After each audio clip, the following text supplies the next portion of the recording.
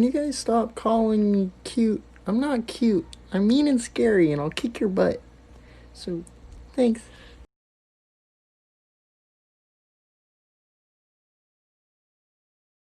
Today we are going to create the 2017 It makeup on this YouTube channel. So this one is made with liquid latex paste and water-based face paint. I cut a wig up to create the It hair. I almost succeeded in this, but well, if you want to see how I created this It, please keep watching because I will show you step by step in this video.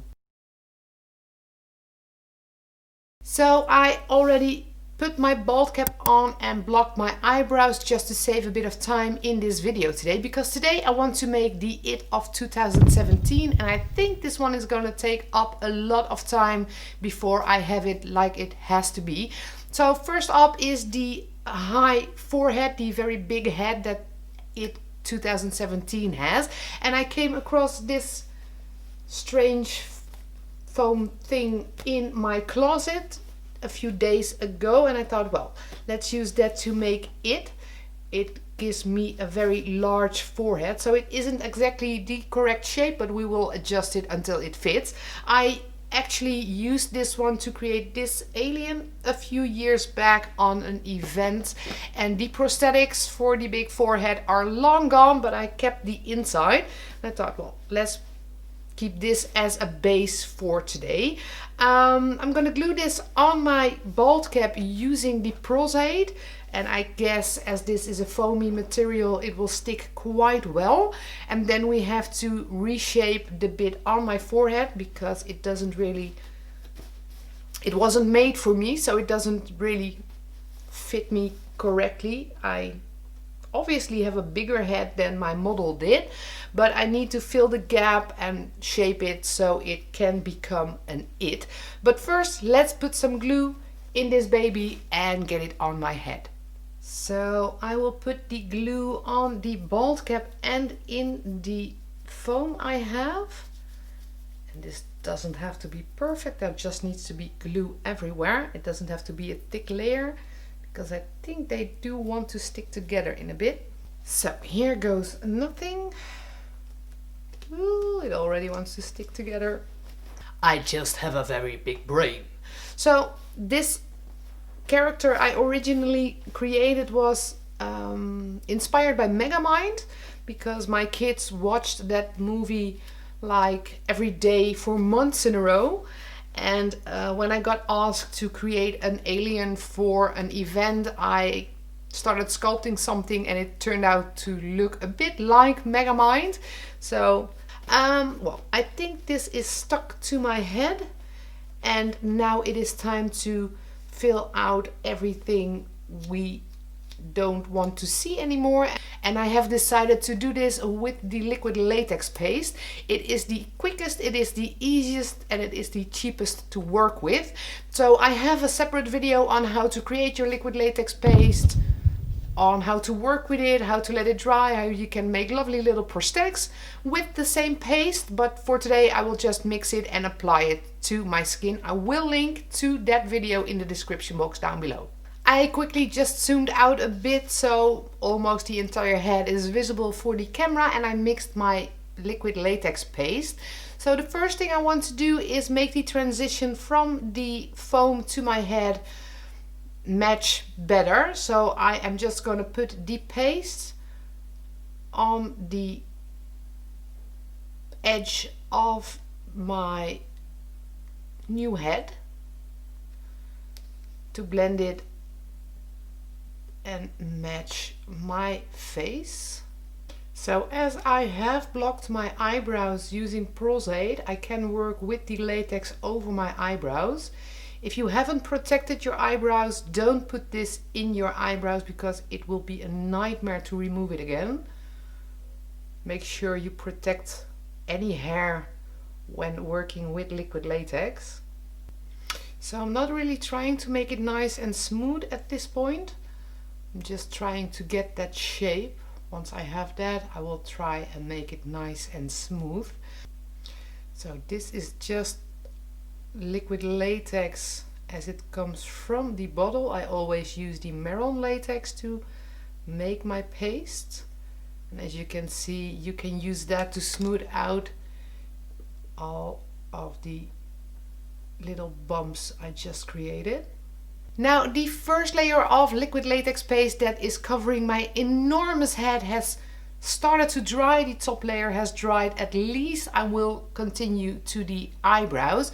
So it doesn't have eyebrows with hair, but they are kind of carved into his face, and that is something I can also do with the liquid latex paste. So I'm first gonna put a layer on there and then carve those eyebrows out of the paste, and hopefully I will make them kind of symmetrical.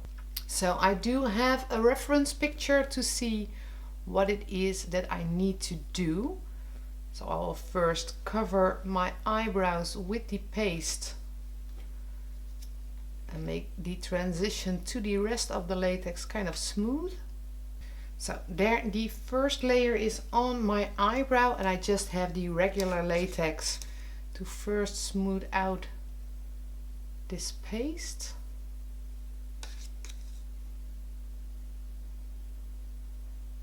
I dipped my spatula into the latex paste. I have the reference picture, and we're gonna see what this will look like.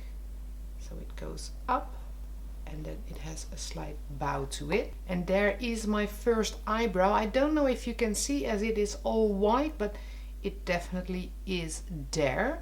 I will quickly do the same on the other side. Now it is dried enough to continue. I have the natural set powder by Ben Nye, and I will just powder all of the latex. It will make it less sticky and easier to paint over. With the same kabuki brush and the white face paint by Diamond Effects, I'm gonna create my white face and color my ears white as well. I could do this with the airbrush, I could do this with grease paint, I could do this with alcohol activated makeup, but to think of a small budget, I am going to choose the Diamond Effects white for today. And using the kabuki brush will make it easy to apply all that white to this face. So as you can see, using that kabuki works really well. And I do really need everything to be white. Switching to a smaller brush for the hard to reach areas, like the corner of my eyes and my ears as well, obviously. Incredible how yellow your teeth get when you put all that white on your face. My eyes get very yellow as well. Now everything is white. I have my white star blend. I will just go over it with the star blend. So hopefully my eyes will stay white for the part I want to stay white. Now I have the feeling that this cheek is not as white as this one is, so I'm quickly gonna go over it with the water-based face paint again.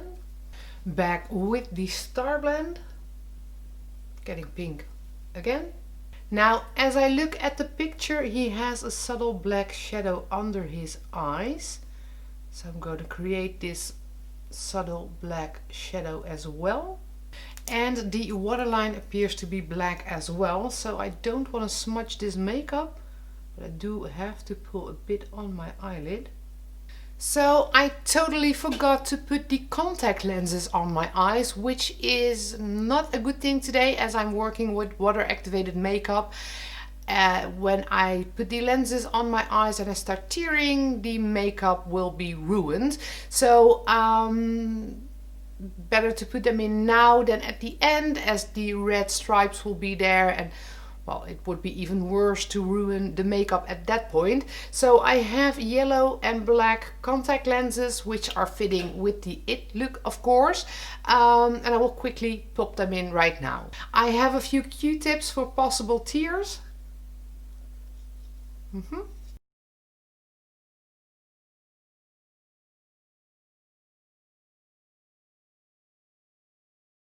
And lucky me, they are very comfortable. So these are by Ericona, my favorite brand of colored contact lenses, which we obviously sell at our store as well. But there is one, let me quickly pop in the other one.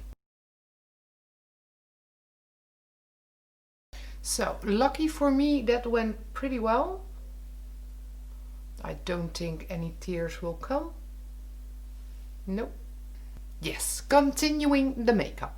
To create the nose, the mouth and the lines that go over the eyes, we need a real bright red. And that is why I'm using the Maroon Paradise red.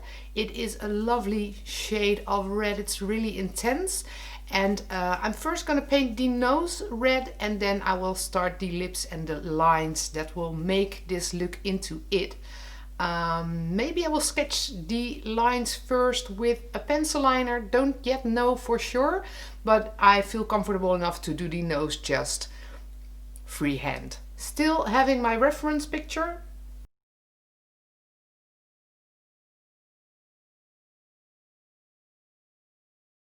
So I know I don't have to, but I am going to get my pencil liner to just sketch the basics of this smile.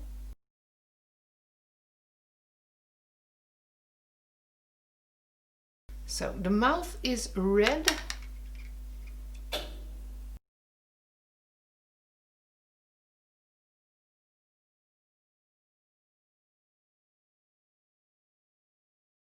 So switching to a slightly smaller brush, and hopefully I will get this right at once.